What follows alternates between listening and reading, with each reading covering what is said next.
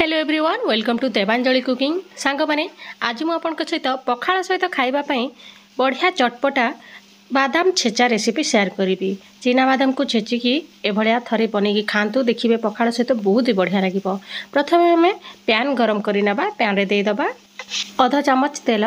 पूरा कम तेल रे ही रेसिपी बनी थाए। एबे तेल भल भाव गरम हो सारे तेल को टिके स्प्रेड करनवा चारिपाखे।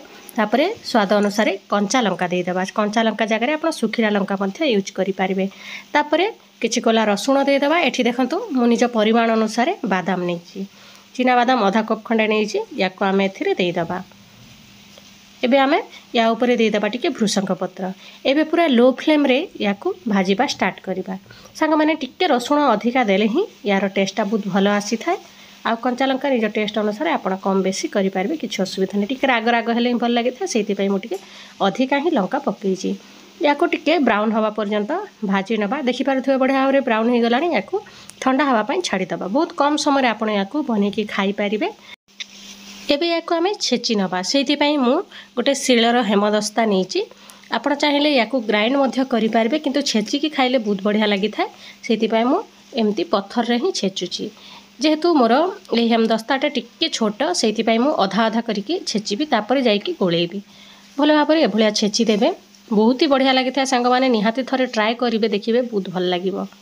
आउ जदि आपण मैंने ए पर्यंत चैनल नुआ अच्छे ताले प्लीज चैनल को सब्सक्राइब कर दिंतु। एभलिया नुआ नुआ रेसिपी देखापी मझे मझे एभलिया चामच साहाय्य काढ़ी नौथिबा आउ थरे एमती छेची दउथिबा जे पर्यंत कि पूरा फाड़ फाड़ हो न जाइए से पर्यंत देखिपे बढ़िया भाव में आमर बादाम आउ कंचा लंका रसुण छेची हो गला। या आम प्लेट्रे काढ़ी नवा।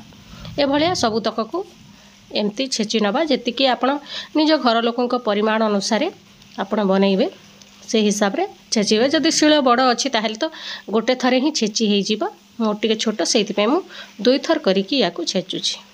एटी देखंतु बढ़िया भाव में सबुतक मु छेची नहीं सारी। चलतु या ऊपर आम आहरी किछि जिनिस ऐड करवा। एबे आमे गोटे फाड़ लेंबू को या देहरे चेपीदबा। भल भाव में चिपुड़ा। लेंबू रस टिके देवा द्वारा पूरा चटपटा फ्लेवर आसी थाए। से लेंबू रस टिके निहाती पकाइबे बहुत भल लागिबो। तापर एबे आमे एथिरे देदेबा कटा पियाज। एबे आमे एथिरे बहुत सारा धनिया पत्र देदेबा। बढ़िया बास्ना आसीबा धनिया पत्र देले। तापर स्वाद अनुसार एथिरे देदेबा लुण। लुण मु लास्ट को पकाउची कहीं सबुतक केते परिमाण अच्छी सीटा जानी हबो।